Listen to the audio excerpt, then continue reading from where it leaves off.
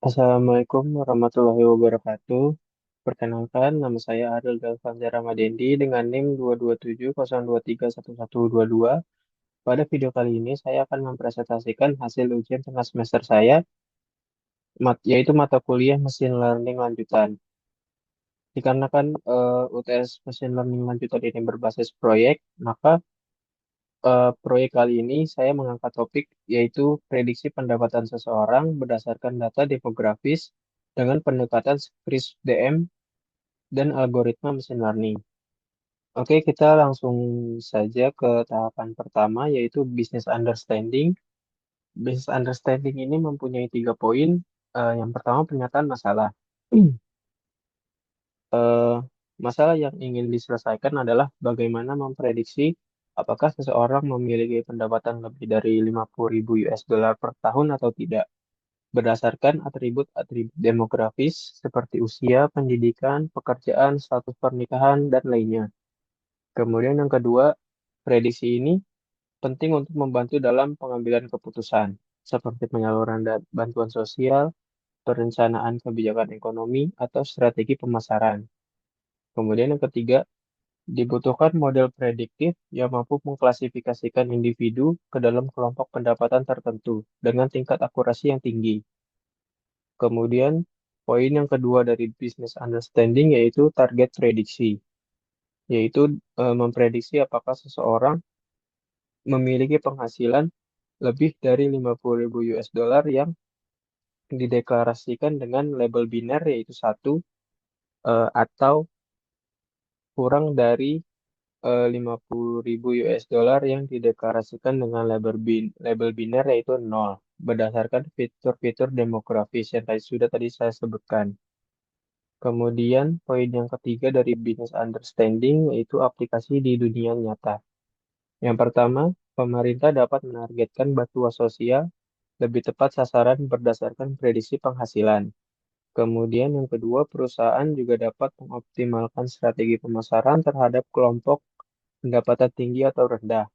Kemudian yang ketiga, dapat digunakan untuk analisis pasar tenaga kerja, perekrutan, dan perencanaan ekonomi.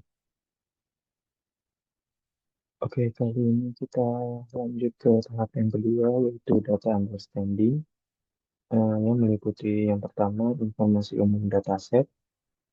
Dataset yang saya gunakan adalah Adult Income Dataset dari UC Machine Learning Repository. Kemudian dataset ini berisi informasi demografis dan ekonomi individu dewasa di Amerika Serikat dan bertujuan untuk memprediksi apakah seseorang memiliki penghasilan lebih dari 50.000 US dollar atau tidak per tahunnya. Dan gambar di bawah ini adalah hasil output dari Google Colab-nya. Eh, Gambar ini adalah tampilan awal dari dataset. Di sini saya bisa melihat beberapa fitur penting seperti age, work class, education, marital status, dan targetnya yaitu income. Ini membantu saya memahami secara cepat struktur dan tipe data yang akan diproses. Selanjutnya ada cuplikan data. Cuplikan data ini digunakan untuk memahami isi data secara cepat, kemudian ditampilkan 5 baris pertama dari dataset. Eh, Dan saya juga bisa melihat bahwa dataset ini berisi fitur-fitur seperti usia, pekerjaan, pendidikan, status pernikahan, dan juga kolom target yaitu income. Ini berguna untuk memahami struktur data awal yang kita proses lebih lanjut.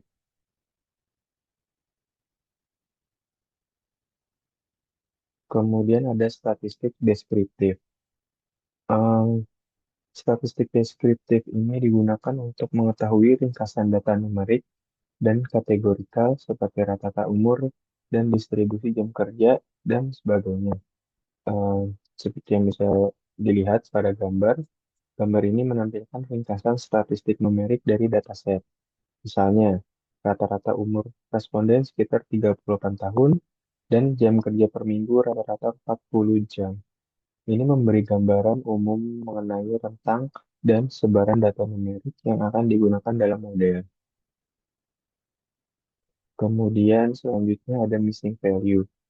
Perlu dicek apakah terdapat data kosong dalam dataset yang dapat mempengaruhi kualitas model. Seperti yang bisa dilihat pada gambar, eh, gambar tersebut menunjukkan jumlah nilai kosong atau nol yang ditemukan di beberapa kolom seperti work class, occupation, dan native country. Ini dimaksudkan untuk menjaga kualitas data. Nilai nilai kosong ini kemudian ditangani melalui penghapusan atau imputasi. Kemudian eh, selanjutnya,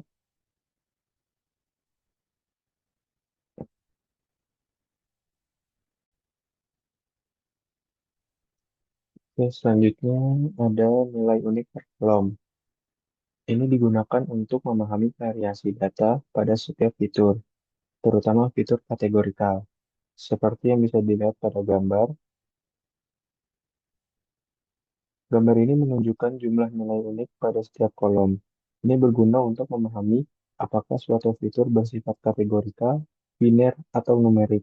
Misalnya, education memiliki banyak nilai unik, menandakan bahwa saya perlu melakukan encoding sebelum model dilatih.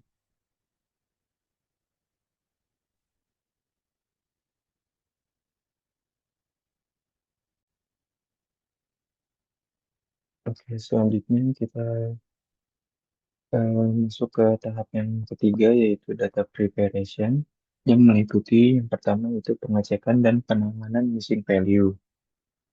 Gambar di bawah merupakan hasil output dari Google Colab-nya yang menjelaskan bahwa pada tahap ini saya memeriksa apakah ada nilai kosong atau tanda tanya yang dianggap sebagai missing value. Kemudian gambar yang ditampilkan menunjukkan jumlah nilai hilang pada masing-masing kolom. Kemudian setelah ditemukan, nilai-nilai tersebut diatasi dengan cara menghapus baris yang mengandung nilai tersebut atau menggunakan metode imputasi seperti mengganti kok dengan modus. Selanjutnya, encoding data kategorikal. Gambar di bawah merupakan hasil output dari Google Colab-nya yang menjelaskan bahwa karena model machine learning hanya bisa memproses data numerik, maka semua data kategorikal harus diubah ke bentuk numerik. Pada tahap ini, saya menggunakan one-hot encoding untuk kolom seperti work class, education, occupation, dan lainnya. Kemudian proses ini menghasilkan kolom baru yang masing-masing mewakili satu nilai unik dari fitur kategorikal tersebut.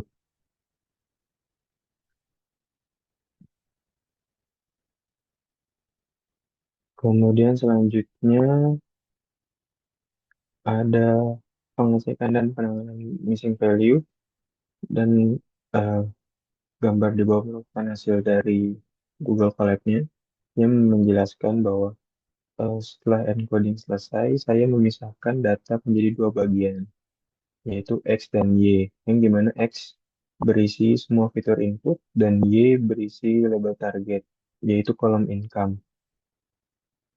Kemudian langkah ini penting untuk memisahkan antara apa yang dipelajari model dan apa yang ingin diprediksi. Selanjutnya ada normalisasi data numerik, dan gambar di bawah ini adalah hasil dari Google Colab-nya yang menjelaskan bahwa ini merupakan langkah terakhir pada data preparation adalah normalisasi. Saya menggunakan min-max scalar untuk memastikan bahwa semua fitur numerik berada dalam skala yang seragam, yaitu antara 0 dan 1.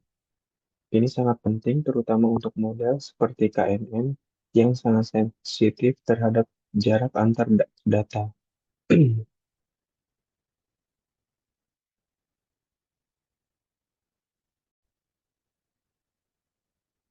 Oke,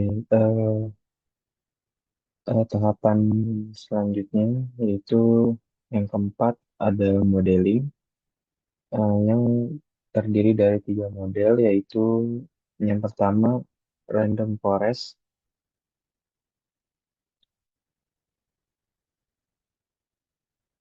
Kemudian gambar di bawah ini merupakan hasil dari Google Colab yang terdapat matrik konfusi dan juga kurva ROC yang dimana hasil interpretasi dari matrik konfusi ini model untuk random forest itu cukup baik dalam mengenali kedua kelas.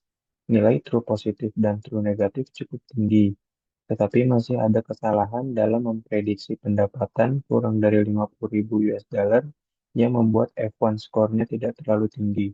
Kemudian interpretasi dari kurva ROC-nya yaitu mendekati pojok kiri atas grafik, yang berarti model memiliki kemampuan diskriminasi yang cukup bagus terhadap kedua kelas. Kemudian model yang kedua yaitu ada KNN yang dimana menghasilkan matrik konfusi dan juga kurva ROC yang ada pada gambar. Kemudian interpretasi dari matrik konfusi dari KNN ini menunjukkan bahwa model lebih banyak salah dalam mengklasifikasi orang yang berpenghasilan kurang dari 50.000 US dollar. Hal ini wajar karena KNN sensitif terhadap data tidak seimbang dan jarak antar fitur. Kemudian untuk interpretasi dari kurva ROC KNN ini, yaitu kurva terlihat lebih rendah dibanding random forest, yang berarti model tidak terlalu baik membedakan antara kelas positif dan negatif. Kemudian ada model yang terakhir yaitu XGBoost yang menghasilkan matrik konfusi dan kurva ROC seperti gambar yang ada di bawah ini, yang di mana interpretasi dari matris konfusi ini yaitu menunjukkan prediksi yang seimbang dan akurat. Kemudian jumlah prediksi benar pada kedua kelas lebih tinggi dibanding model lain dan juga menghasilkan F1 score tertinggi. Kemudian interpretasi dari kurva ROC dari XGBoost ini eh, menjelaskan bahwa hampir menyentuh pojok kiri atas yang menunjukkan performa terbaik dalam memisahkan kedua kelas. Ini membuktikan bahwa model sangat kuat meski datanya tidak seimbang.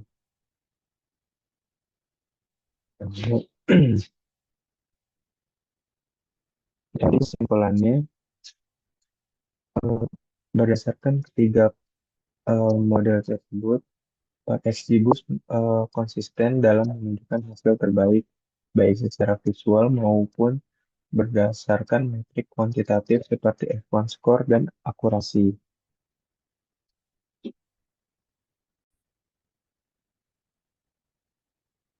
Kemudian di poin terakhir dari tahap keempat modeling itu ada evaluasi modeling. Eh, dari hasil evaluasi, model terbaik adalah XGBoost dengan akurasi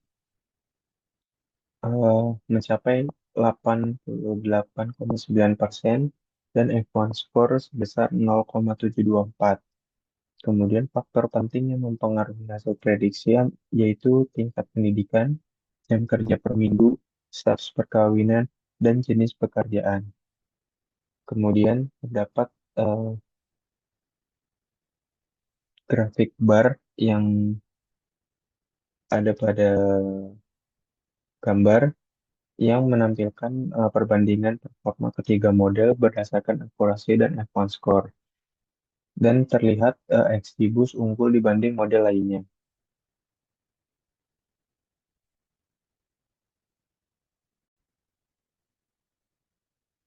Oke, sampailah sudah ke kesimpulan yang dimana model XGBoost memberikan performa terbaik untuk memprediksi pendapatan pada dataset adult income. Kemudian terdapat temuan utama. Yang pertama itu model mencapai akurasi 0,889 dan skor F1 sebesar 0,724. Kemudian yang kedua, faktor penting yang mempengaruhi prediksi pendapatan yaitu tingkat pendidikan, jam kerja per minggu, status perkawinan, dan jenis pekerjaan. Kemudian yang ketiga, model XGBoost menunjukkan keseimbangan presisi dan recall yang lebih baik dibandingkan random forest dan KNN, yang menjadikannya pilihan utama untuk implementasi. Kemudian ada langkah berikutnya yang bisa dilakukan. Yang pertama itu lakukan validasi lebih lanjut menggunakan cross validation atau dataset eksternal untuk menguji generalisasi model. Kedua, pertimbangkan integrasi model ke dalam sistem rekomendasi atau seleksi berbasis data untuk keperluan bisnis atau analisis kebijakan. Kemudian yang ketiga, teliti dan eksplorasi fitur tambahan termasuk feature engineering dan tuning hyperparameter untuk meningkatkan performa lebih lanjut. Oke, kemudian saya akan memperlihatkan sedikit eh, source code dari Google Colab-nya. Oke, di sini saya melakukan lebih dahulu pastinya eh, mengimport beberapa library yang saya gunakan untuk mengolah data, visualisasi, kemudian pemodelan dan juga evaluasi.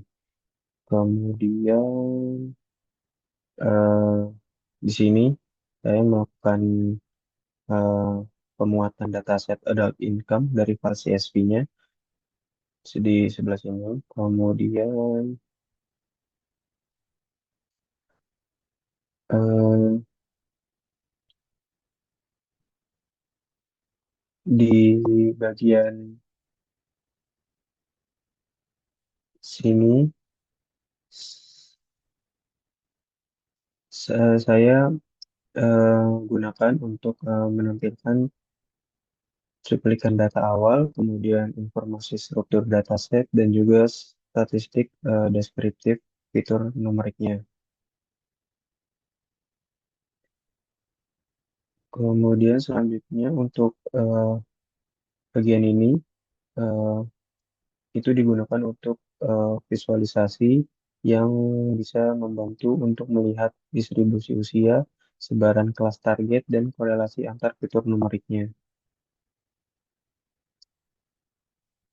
Kemudian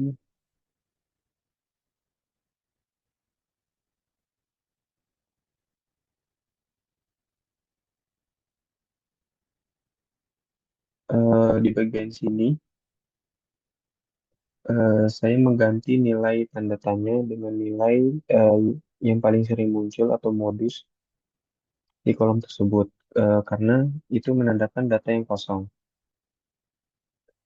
Selanjutnya di bagian sini saya mengubah data kategorikal ke bentuk numerik agar bisa diproses oleh algoritma mesin learning.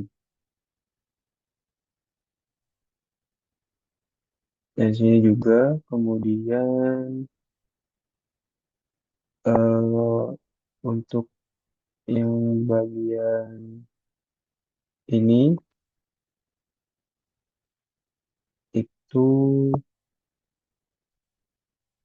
merupakan eh, pelabelan target diubah menjadi satu untuk penghasilan yang lebih dari 50.000 US dollar dan nol untuk yang lainnya.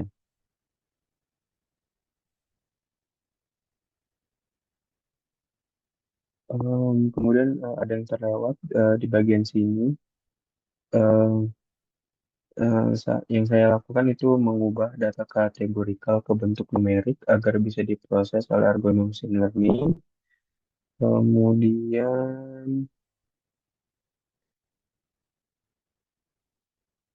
hmm,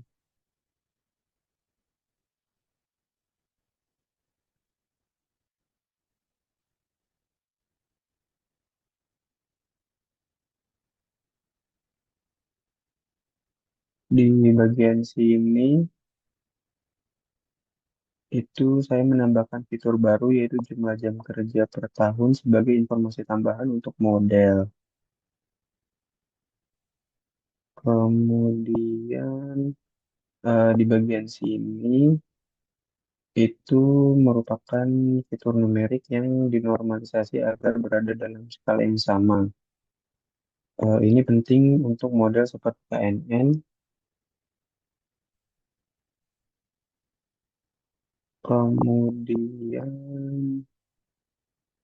Di bagian sini itu saya melakukan pembagian data menjadi 80% untuk pelatihan dan 20% untuk pengujian. Kemudian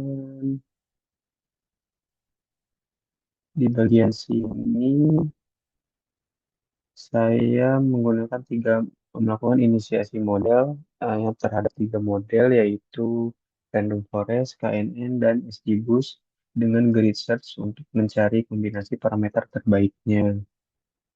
Kemudian hmm,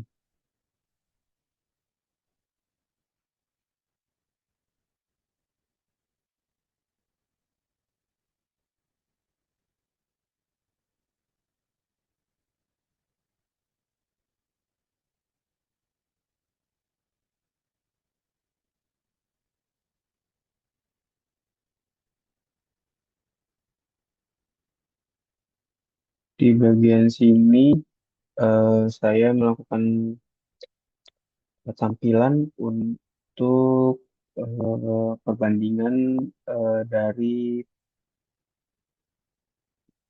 performa ketiga model yang saya gunakan yaitu Random Forest, KNN, dan XGBoost. Dan ini juga untuk melakukan visualisasi perbandingan performa. Mungkin segitu saja yang bisa saya jelaskan dan presentasikan. Kurang lebihnya mohon maaf. Assalamualaikum warahmatullahi wabarakatuh.